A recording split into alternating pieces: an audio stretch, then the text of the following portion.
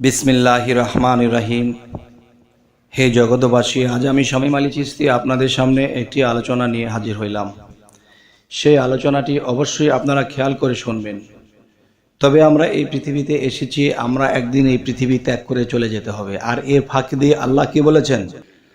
ওয়াল্লাযী খালাকাল মাউতা ওয়াল হায়াতা লিয়াবলুওয়াকুম আইয়ুকুম আহসানু আমালা ওয়া হুয়াল আজিজুল গফুর। অর্থাৎ যে আল্লাহ বলতেছে মানব জাতিকে, আমি মানুষের মৃত্যু ও জীবন সৃষ্টি করিয়াছি পরীক্ষা করার জন্য, তোমাদের মধ্যে কে কর্মে উত্তম, তিনি পরাক্রমশালী ও ক্ষমাশীল হবে। তবে আমি বলতেছি এইভাবে, হে জগতবাসী, আজকের যে আলোচনাটি একটু মূল্যবান হিসেবে নেবেন, একটু দরদ দিয়ে শুনবেন, একটু খেয়াল করে শুনবেন। তাহলে যারা মুসল্লি আল্লাহর ইবাদত করে তাদের জীবন ধন্য হয়ে যেতে পারে, যারা সাধক, যারা সাধনা করে তাদের জন্য এই আলোচনাটি শুনে তাদের জীবনটাও ধন্য হয়ে যেতে পারে। কারণ কিছু কিছু কথা আছে আমি আল্লাহর ওপর ভরসা রেখে বলি, এখন আল্লাহ যা করে। এখন অনেকে একটা জিনিস প্রশ্ন করতে পারে যে আমি অনেক সময় হযরত মুহাম্মদ সাল্লাল্লাহু আলাইহি সাল্লামের যে হেরা পর্বতের সাধনা নিয়ে কথা বলেছি। তো এখন আমাকে যদি কেউ বলে, আপনি হয়তো আমাদেরকে বললেন যে তিনি সমস্ত ইবাদতের আগে, সমস্ত কিছুর আগে তিনি হেরা পর্বতের গুহায় সাধন করেছেন, এরপরে তিনি নিজের সিনা পরিষ্কার করা হয়েছে, এরপরে গিয়া কি হলো যে আল্লাহর ইবাদত করতে শুরু করলো, তার উপর কোরআন নাজিল হইল এবং 40 বছর পূর্ণ হলো, তখন দেখা যায় যে তিনি নবুয়ত নিয়ে বের হয়ে আসলো। তো এখন যে বিষয়টি আলোচনা, যে অনেকেই একটা জিনিস ভাবে এবং বলে যে হে শামীম আলী চিশতি, আপনি যে হেরা পর্বতের কথা বলেন, তাহলে হযরত মুহাম্মদ সাল্লাল্লাহু আলাইহি সাল্লাম হেরা পর্বতের গুহা সে সৌদি আরবে ছিল।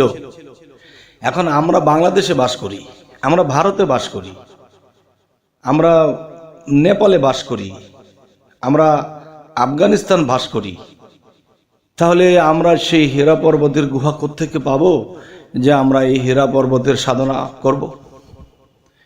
তবে হে জগতবাসী, এই জন্যই বলেছি আজকের এই আলোচনাটা একটু খেয়াল করে একটু মন দিয়ে শুনবেন।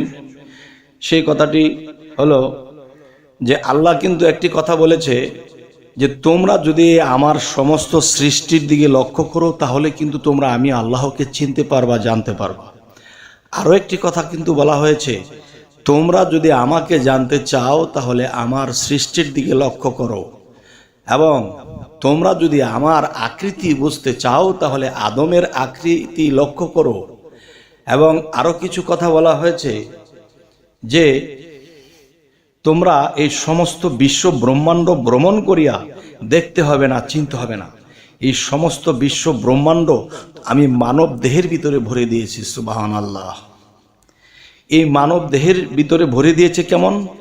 যেমন এই সমস্ত বিশ্ব ব্রহ্মাণ্ডটা একটা মহামানব, এবং একটা মানুষ সে নিজে একটা ক্ষুদ্র মানব, তাহলে সেটা মহাবিশ্ব, আর মানব দেহটা একটা ক্ষুদ্র বিশ্ব। তাহলে ক্ষুদ্র বিশ্ব যে বিষয়টা, সেটা কিন্তু মানব দেহ।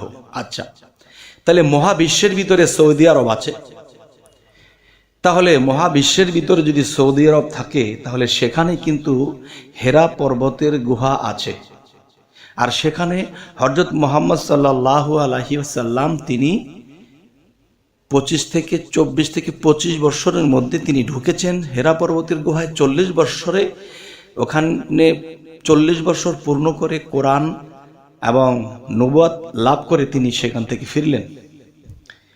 তাই আমি বলতে চাই যে সকলে আমাকে এই কথাটি বলেছে যে মানব দেহের মধ্যে কি হেরা পর্বতের গুহা আছে কিনা। তাই আমি বলবো, মহাবিশ্ব ব্রহ্মাণ্ড যদি মহামানব হয়ে থাকে আর আমি যদি ক্ষুদ্র মানব হয়ে থাকি, তাহলে মহাবাণ্ডে যা কিছু আছে ক্ষুদ্র বাণ্ডে তা আছে, এবং ক্ষুদ্র বাণ্ডে যা আছে তা মহাবিশ্ব ব্রহ্মাণ্ডে তা আছে। তাহলে আমি সেই হীরা পর্বতের গুহাটি আপনার আমার মধ্যে কোথায় আল্লাহ কিভাবে রেখেছেন, আর সেখানে কিভাবে প্রবেশ করবেন এবং সেখানে গিয়ে কিভাবে সাধন করবেন, এই বিষয়েই আলোচনা করব ইনশাআল্লাহ। দেখেন, একজন মানুষ সোজা হয়ে যখন দাঁড়ায় তখন তার মাথার তালুটা উপরে দেখতে পাচ্ছি এবং পায়ের তালুটা নিচে দেখতে পাচ্ছি। কিন্তু গাছটির নাম আলোকলতা, উপরে শিকড় নিচে পাতা। যেরকম একটা গাছের মধ্যে যখন আমরা পানি দিই তখন গাছের গোড়ায় মাটিতে পানি দিলে তখন সেই গাছটি পানি খায়, বড় হয়।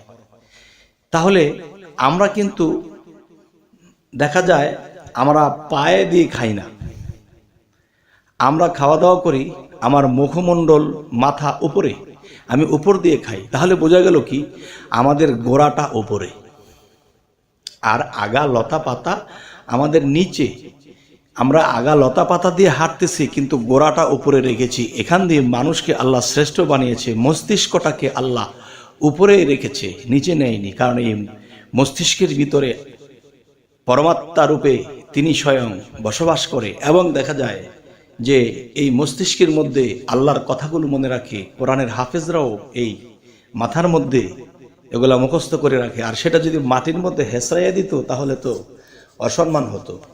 তাই বলবো গাছটির নাম হয় আলোকলতা, উপরে শিকড় নিচে পাতা। তাই এখন যে বলবো আসল কথা, অবশ্যই সেই কথাগুলো একটু লক্ষ্য করবেন। যে হেরা পর্বতের গুহা, দেখেন যে আপনার আমার তলপেট এবং মাজার যে সাইডটা আছে এটাও কিন্তু একটা পাহাড় বা দুইটা পাহাড় আছে, এখানে বড় বড় পাহাড় আছে। হেরা পর্বতের গুহার দুইটা পাহাড় আমাদের কোমরের সাইডে। আচ্ছা, এখানে আরেকটা হলো যে মানুষ যখন গুরুর কাছে যাবে এবং সাধন দেশে যাবে তখন হেরা পর্বতের গুহার মুখ, যে আমাদের যে মুখ আছে এই মুখের মধ্যে যখন ছোট আমি ছোট ক্ষুদ্র হয়ে একটা বৃহৎ মানুষের মুখের মধ্যে প্রবেশ করতেছি এটা মনে করতেছেন, তখন এটার ভিতরে ঢুকলে তখন হেরা পর্বতের গুহা আপনার সেখানেও আছে। কিন্তু সেখানে যে আছে আমি এতটুকু বলবো, এর বেশি বলতে পারবো না। বাকিটা নিজের মুর্শিদের কাছে জানতে হবে। ইউটিউবে অতটা অগ্রসর হওয়াটা ঠিক নয়। তবে স্থানটা একটা স্থান হলো মানুষের মাজার সাইটে দুইটা বড় বড় পাহাড়, এই পাহাড়ের এখানে একটা স্থান। আর উদ্যস্থানে যখন মানুষ চলে যায় তখন আরেকটা হীরা পর্বতের স্থান হলো সেখানে, যেখানে মুখমণ্ডল, আমাকে এর চেয়ে বেশি বলাবেন না। তাহলে আল্লাহ কিন্তু একটা কথা বলেছে যে মারেফত আমার গোপন রহস্য এবং শরীয়ত আমার প্রকাশ। এখন মারফতটাকে আমি শরীয়তের মধ্যে এনে আমি এতটুকু ব্রেক করলাম। এখন বাকি কায়দা কৌশল সেই হেরা পর্বতের গুহা কোমরের এরিয়াতে একটা, আরেকটা হলো যে মুখমণ্ডলের এরিয়াতে একটা। এখন কথা হলো নিচেরটা সেরে আসতে হবে আগে, এরপরে আপনি উপরেরটাই যাবেন। আচ্ছা, নিচেরটা কিভাবে সারবেন, নিচের হেরা পর্বতের গুহার কাজটা কি করে সারবেন, এটা নিজ নিজ মুর্শিদ কানে কানে বলে দেবে। এবং উপরে যে হেরা পর্বতের গুহা আছে সেখানে যখন পৌঁছাবেন সেখানে কিভাবে করতে হবে সেটিও আপনার মুর্শিদ আপনাকে কানে কানে বলে দেবে।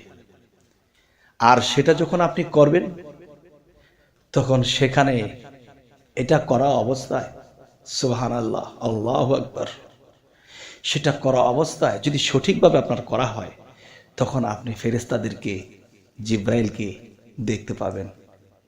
সুবহানাল্লাহ।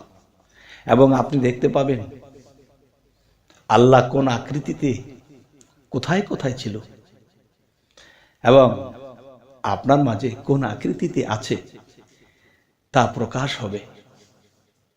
আলহামদুলিল্লাহ। তবে হে জগতবাসী, আজকের এই আলোচনাগুলো করতে গিয়ে আমি ব্রেক হয়ে যাই। তো ব্রেক হওয়ারই কথা। আল্লাহ কিন্তু এটাও বলেছে যে তোমরা গোপনের শিক্ষা গোপনেই নিও, প্রকাশ্যের শিক্ষা প্রকাশ্যেই দিও।